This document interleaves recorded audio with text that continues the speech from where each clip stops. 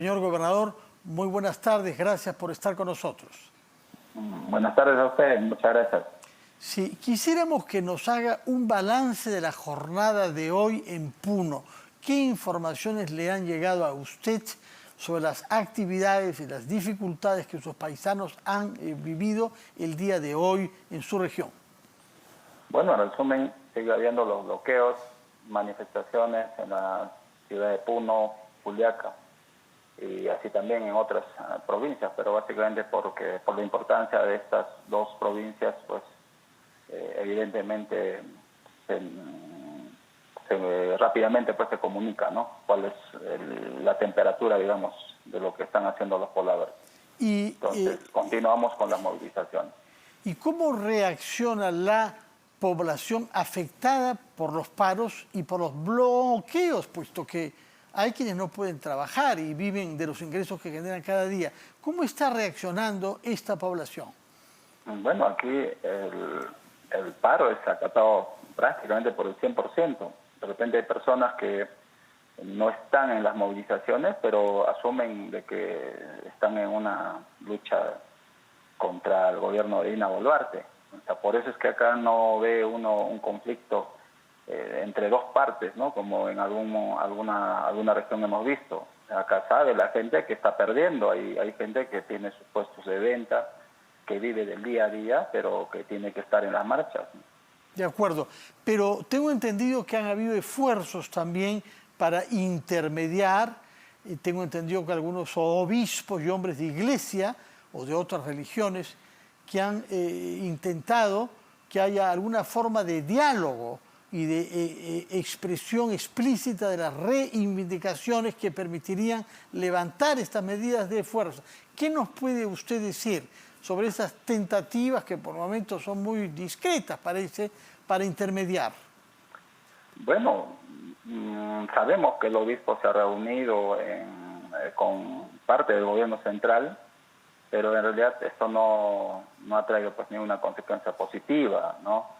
Aquí el tema no necesariamente es reivindicativo, no estamos viendo una población que de repente pide un puente, una obra, sino básicamente es político, ¿no? Eso también hay que decirlo claramente. Acá hay una facción de la izquierda extrema y del otro lado lo que denominamos la derecha extrema, que están pues digamos, en un tire y afloje, ¿no? Y eso es lo que ha traído las consecuencias que estamos viviendo. Entonces, eso es lo que pasa en la región de Puno al menos. Pero lo que dice usted es que hay una confrontación entre la extrema izquierda y la extrema derecha sin que haya nadie en el centro. No, por supuesto. Mire, han ocurrido una serie de hechos. Aquí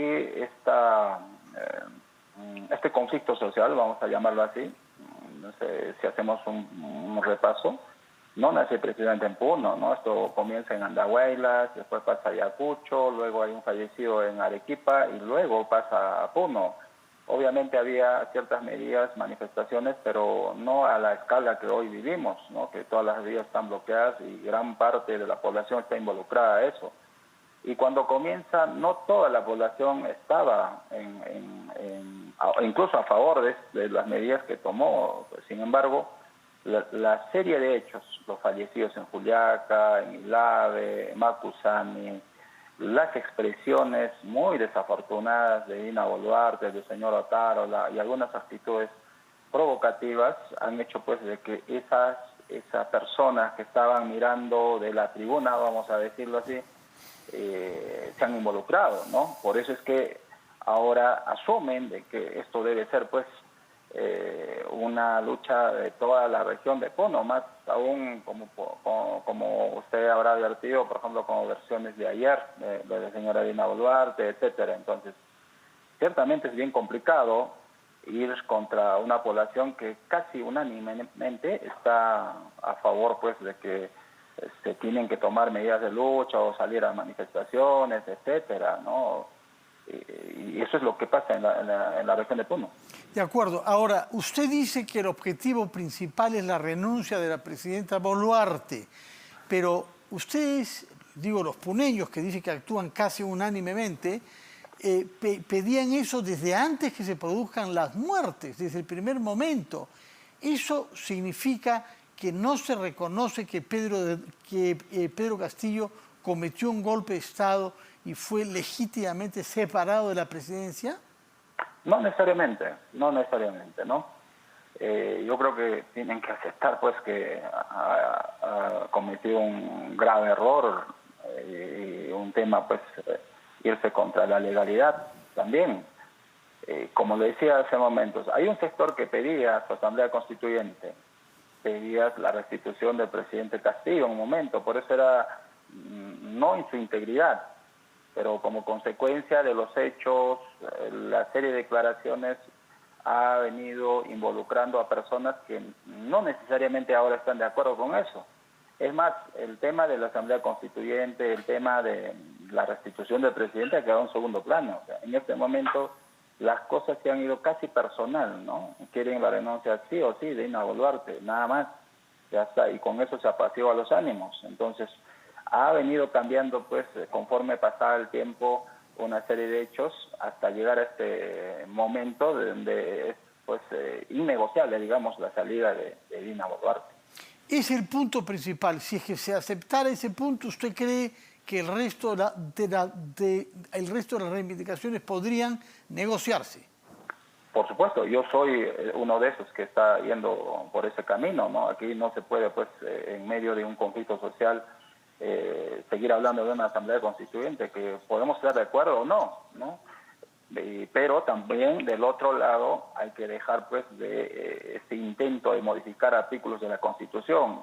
O sea, lo primero que hay que hacer acá es un tema político de dos posiciones. Aquí en el Congreso representados por Bermejo, Guido Bellido, etcétera. No vamos a decir que están bien o no, pero ellos tienen una posición de plantear una asamblea constituyente. Ya está. Le decimos no a estos señores, pero lo del otro extremo, bueno, seguimos intentando pues modificar la Constitución y eso trae confrontación en la población. De repente en Puno no se ve esa confrontación, pero a nivel nacional yo veo eso, ¿no? Hay gente que está de acuerdo con eso, o con el otro extremo, o con el otro lado, y eso pues va a generar o va a continuar generando todo este problema en la que nos vemos involucrados. ¿Cuáles son esas modificaciones de la Constitución que usted reprocha que esté buscando hacer uno de los dos extremos que ha mapeado en nuestro escenario político? Mire, por ejemplo, se trata de volver pues a la bicameralidad, ¿no? Que involucra, a ver, una reelección en una Cámara de Diputados, que serían 10 años, luego puede pasar a ser senador, con su reelección pasaría 20 años a una persona. El otro es el tema mismo de la reelección. Estos dos casos ya han sido pues sometidos a referéndum, creo que ha sido en el gobierno de Vizcarra. Sí. Y gran parte de la población, y aquí sí, no digamos que la izquierda, la derecha, gran parte de la población le ha dicho no. El otro tema que poderosamente llama la atención, por ejemplo, es someter, por decirlo así, a los órganos del sistema electoral, ¿no? En este momento hay un proyecto de ley para recortar el mandato de las autoridades del sistema electoral. Entonces eso es muy peligroso, porque el sistema electoral juega un papel de árbitro, ¿no? Entonces, si nosotros sometemos a una fuerza política, el que tenga mayoría o el que tenga votos va a poder, pues, de repente hacer los cambios o de repente destituir o muchas cosas, y eso no garantiza una imparcialidad. Entonces, por esa razón, en la estructura actual del Estado, estos organismos o los representantes de estos organismos son elegidos por exámenes o a través de temas académicos. Entonces, si vamos a querer someter a una fuerza política, cualquiera sea el lado, no estamos hablando de ninguna de las posiciones, estamos mal, pues, ¿no? Estamos tratando de que el árbitro no necesariamente sea imparcial, sino pues al lado del que más peso político o más votos tiene en el Congreso. Y eso son de las pocas propuestas que, por ejemplo, obviamente exacerban pues a la población. Ahora, 89% de los puneños votaron a favor de Pedro Castillo y Dina Boluarte en la fórmula que ganó las elecciones. Es cierto que por escaso margen, pero ganó en junio del año 21. ¿Qué ha causado que se voltee la opinión pública puneña de una manera tan radical? Repito, porque esta posición que usted dice que es casi unánime, se adoptó antes de los primeros muertos. Sí.